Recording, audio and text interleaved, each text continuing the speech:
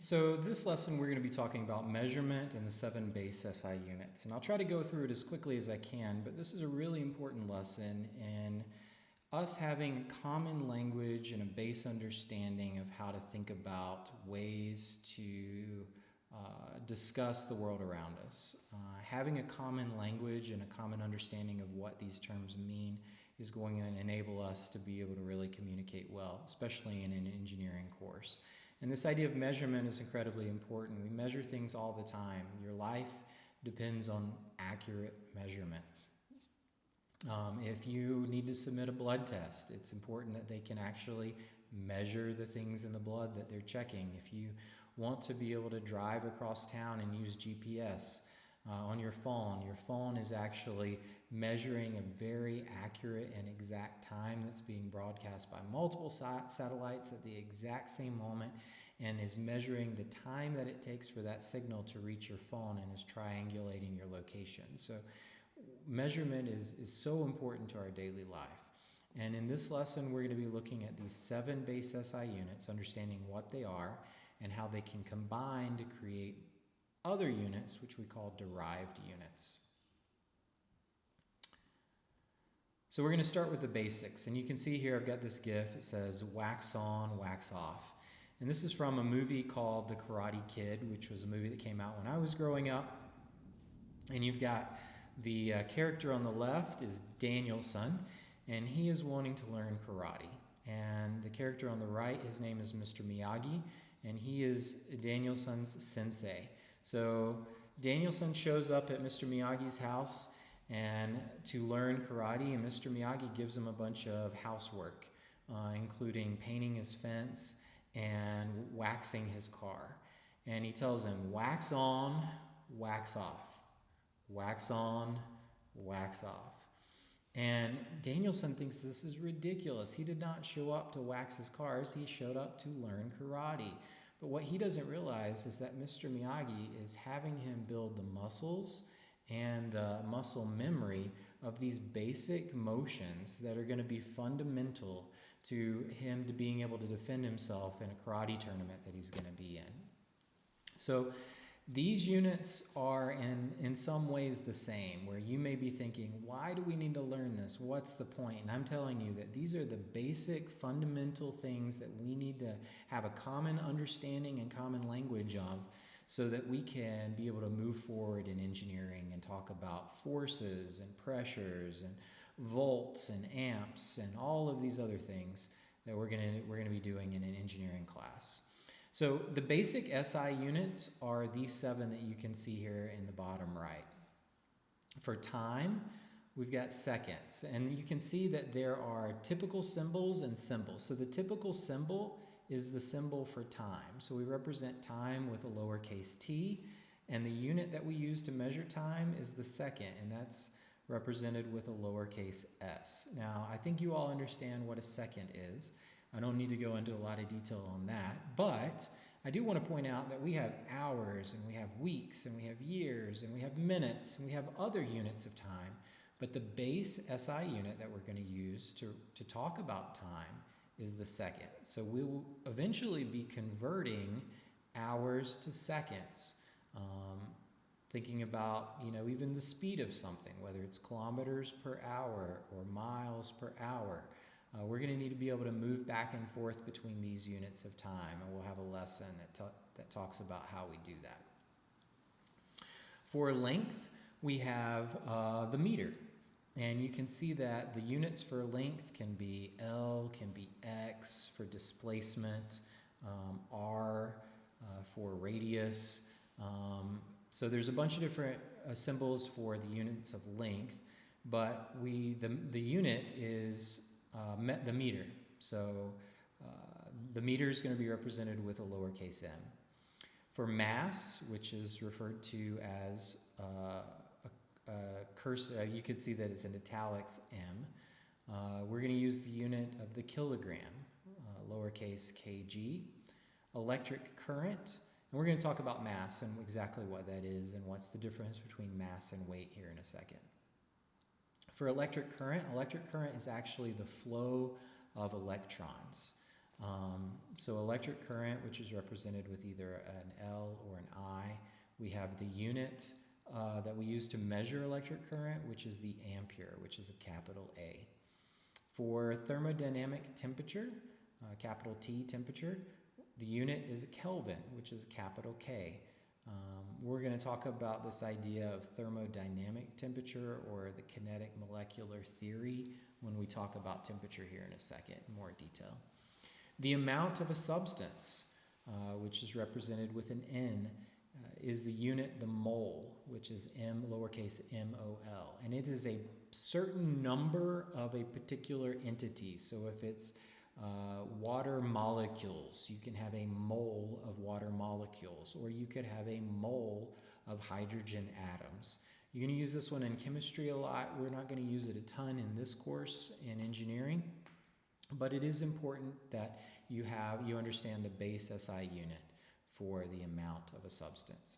And then finally, we have the candela, or CD, candela, for luminous intensity, which is L sub V, with the subscript V. So there's this great chart, a poster that I have up in my classroom for the traditional base SI units, which are squares. And then in the circles, we have the derived SI units. And you can see that there are solid lines, which are multiplication, and there are dashed lines, which are division. And you can see how let's look at newtons, for example. Newtons are a combination of, that's force, of kilograms and meters per second squared. We've got the joule for energy, work, or amount of heat, coulomb for electric charge. Degrees Celsius is a derived temperature unit. Lux for illuminance. Lumens for luminous flux, or how much light energy is released by something. Teslas and Webers and volts and Pascals and watts and Henrys and ohms and farads and steradians for solid angles and radians for plane angles. And you don't need to know all of them right now. That's not the point. What the point of looking at this chart is to help you understand that these derived units either come straight from the base SI units or from other derived units, which then come from the base SI units. So that's why understanding those 7 base SI units is so important. One other thing that I haven't mentioned is that those 7 base SI units, there is no longer a 1 meter long rod that is kept in a safe place to define the meter. The meter is actually defined based off of the constant that is the speed of light in a vacuum. Each one of these 7 base SI units now comes from a constant, something that cannot change. And they did that so that there is always going to be an exactness, because you can come back to the constant to be able to then define the base SI unit. We're not going to go over those constants. It's really not important for this course. But if you go to the Weights and Measures website, you'll be able to see exactly how those constants are used to define those 7 base SI units. So I'm going to hop over here to my presentation, my notes, and I am going to, 1 second here, go through these with you real quick. So we've already talked about the 7 base SI units, and I don't want to go over all of them again, but I do want to explain a couple of things that I think need additional explanation. So first up is for mass, the kilogram. So when we talk about mass, let me adjust my screen here, my video real quick. There we go. So when we talk about mass is not the same thing as weight. And there's I think a good way to explain it to you. Mass is the measure of a body's inertia. Now, I don't anticipate that you understand what it means when I say inertia, so I'm going to explain that. Inertia is the idea that an object will continue its current motion until some force causes its speed or its direction to change. And this comes from Newton's first law, which some people call the law of inertia, which says that an object at rest will stay at rest, and an object in motion will stay in motion unless acted upon. And you can think about this as like, let's think about a skating rink, Okay, so I'm gonna give you a picture to understand when I talk about inertia what I'm talking about, which is directly related to mass. So if you're on a skating rink and a friend pushes you and you're sliding across the ice. Now let's say this is special ice that has zero friction, so you're just gonna keep moving forever. There's no air resistance, you're on zero friction ice. They pushed you at 2 meters per second and you're sliding across the ice, and you'll never speed up, you'll never slow down. You're just gonna keep moving at 2 meters per second forever. Now, if I wanna stop you, I'm on the other end of the skating rink, do I have to apply a force to stop you? Yes, I do. And the reason that I have to apply a force is because you have inertia, you have mass. You don't want to slow down unless I apply a force to slow you down. In the same way, your friend who pushed you, they actually had to apply a force. You were sitting at rest, and when they pushed you, they applied a force to accelerate you and give you a constant velocity. They accelerated you from sitting still to that velocity. So this is the idea of inertia. If we pushed you and a pillow side by side at the same speed, the same velocity, and I was on the other end of the skate rink, and I needed to slow you down and slow the pillow down, which one would I have to apply a greater force to slow down? You, because you weigh more than the pillow. You have more mass. And I use the word weigh there because a lot of times we'll use those interchangeably, but they are not the same thing at all. You have more mass than the pillow, so you have more inertia, and I have to apply a larger force to slow you down. I'm going to talk here about force in a second, but I want to give you another example of how weight and mass are not the same thing. Let's say that you are standing on the moon, where gravity is 1/6 as much as it is on Earth. Would you weigh the same? No, you would weigh 1/6 as much. Would you have the same mass? Yes, your mass would be the same. You would have the same inertia.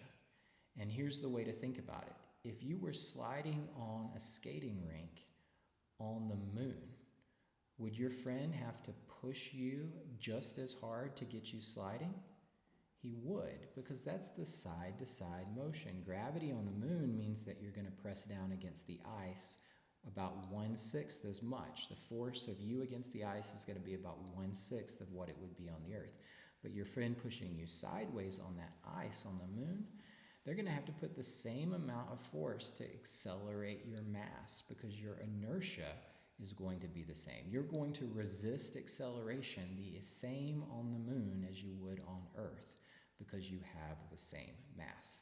That is the key difference between mass and weight. On Earth, we have a certain weight because gravity is pulling down on us. On the moon, we have a certain weight because it's pulling down on us 1/6 as much. But we have the same mass, we have the same inertia.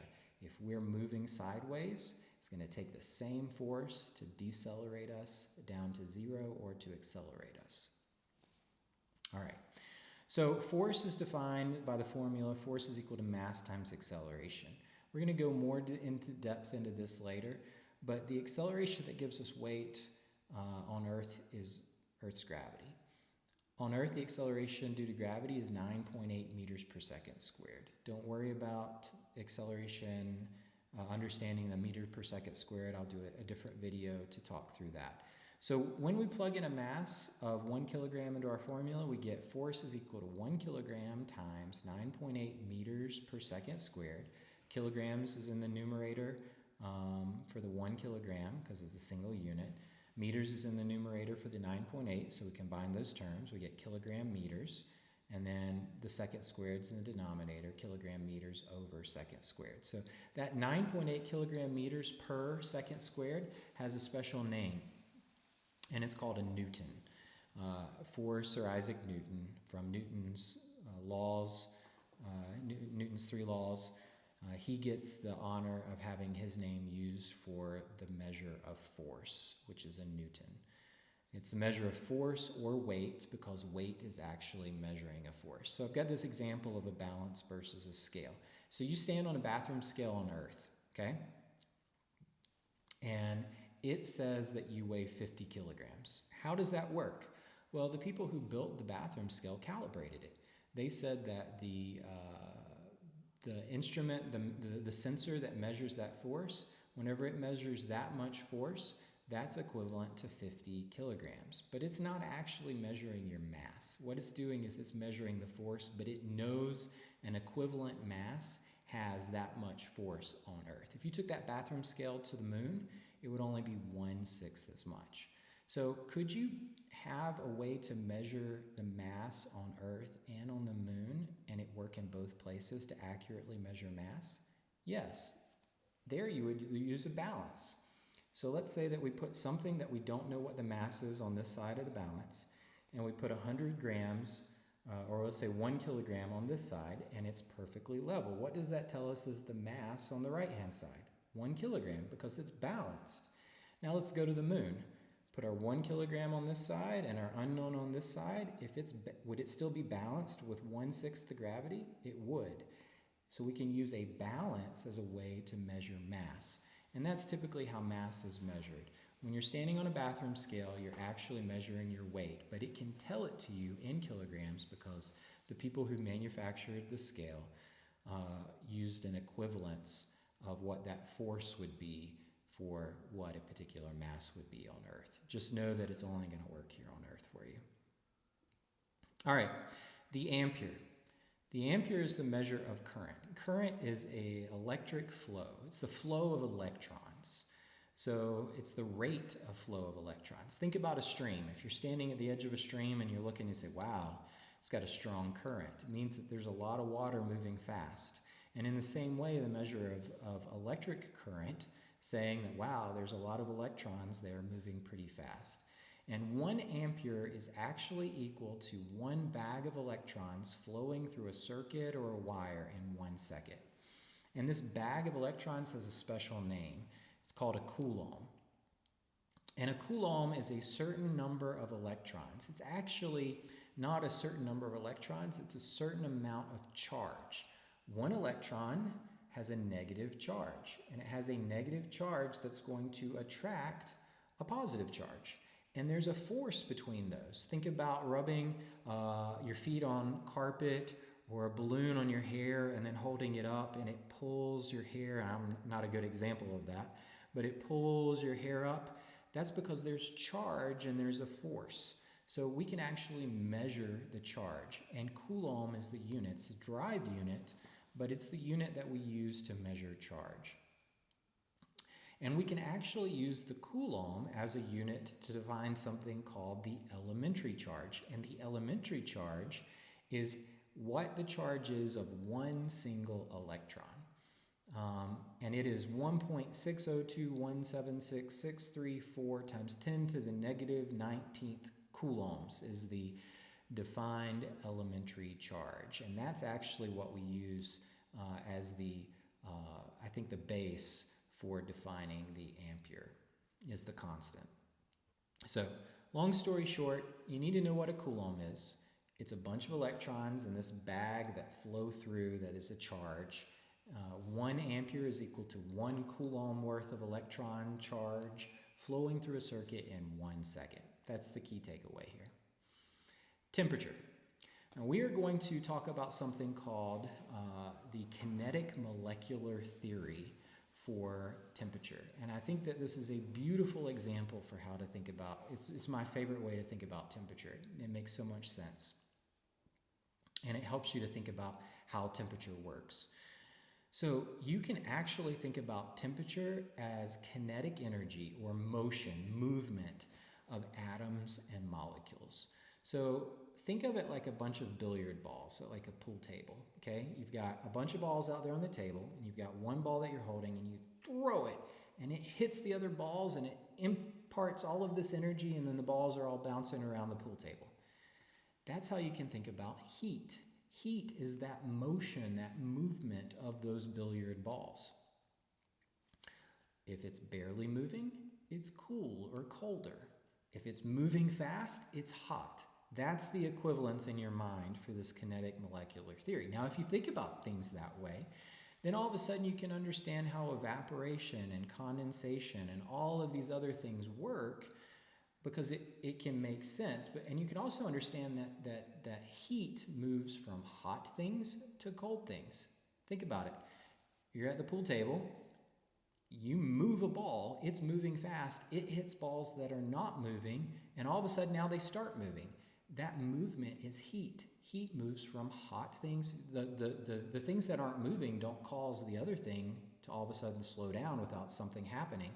It's whenever that fast thing, that hot thing hits the cold thing, it transfers its energy, some of its energy, into those cold things, and all of a sudden they start moving faster. And that hot thing, it's not moving as fast anymore. It gave up some of that kinetic energy, and now it's cooled down itself some. And that's how temperature works.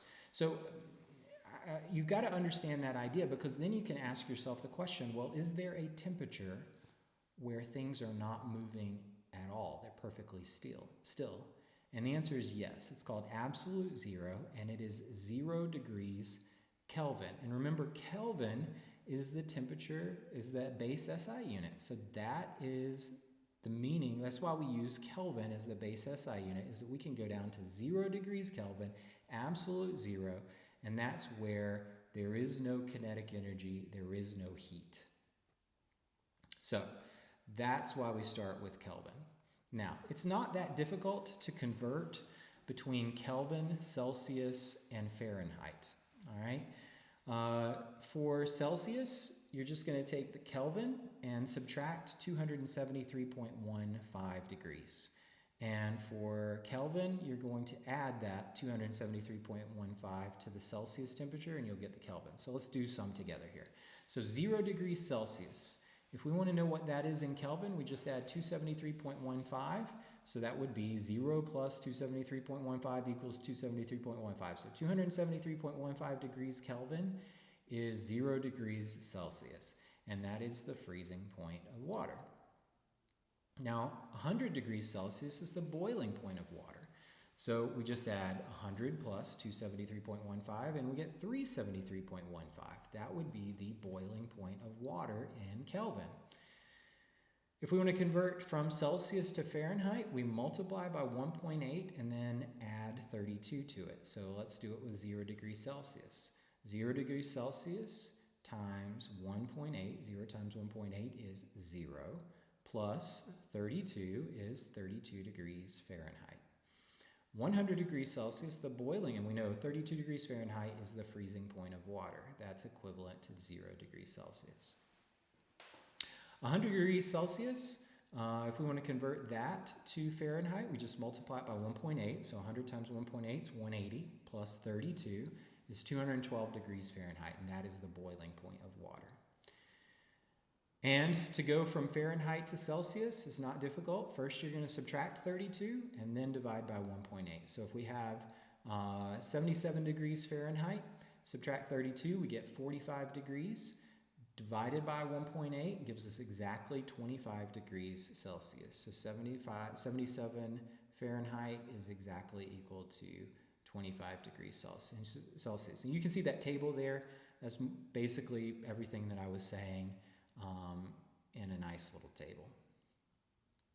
So mole of a substance. This is an amount of a substance. It's tied to the Avogadro constant. And the Avogadro constant says that there's 6.02214,076 times 10 to the 23 entities. That's what the Avogadro's constant is. And the benefit of this is that if we're trying to measure how much of a substance there is in something, instead of talking about its volume, which can vary, or its density or its mass, which each atom, each element has a different atomic mass, we can actually talk about a particular number of something. So if you were wanting to make water and you needed H2O, you need 2 hydrogen atoms for every oxygen atom, and you want to make 1 mole of water, then you just need 2 moles of hydrogen and 1 mole of oxygen, and you're not going to have any leftover hydrogen in the end or leftover oxygen in the end. because you're going to have the exact number of atoms that you need to make that same number of molecules, 1 mole of water molecules. And one of the cool things about atomic masses and moles is that if you can look at an element's atomic mass. So the atomic mass of hydrogen is 1.0078, and 1 mole of hydrogen would be that same atomic mass in grams. So 1 mole of hydrogen will have a mass of 1.0078 grams. Again, not super important for this course in engineering, but in chemistry, very important. And then the final unit that we're going to discuss is the candela. The candela is for luminous intensity. It's basically how bright something appears to the human eye. It was based off of a special wax candle, and then the units eventually changed. Thing you need to know is that unlike other units which are fixed to this constant, this is tied to a particular wavelength of light in the green part of the visible light spectrum, and it specifies that a certain number of watts of that particular color of light is 1 candela. And why that's kind of interesting is that our eyes see green more than we see red and blue. So for us, it has a certain brightness. For another animal, it wouldn't have the same brightness because their eyes work differently. So this unit is specifically tied to human perception, which is pretty interesting. Long story short, you need to know that it's about the brightness of 1 candle, and that's where it came from, and it's used to measure the intensity of a light. So those are the 7 base SI units. The key takeaways here is to understand how they build, how we get derived units.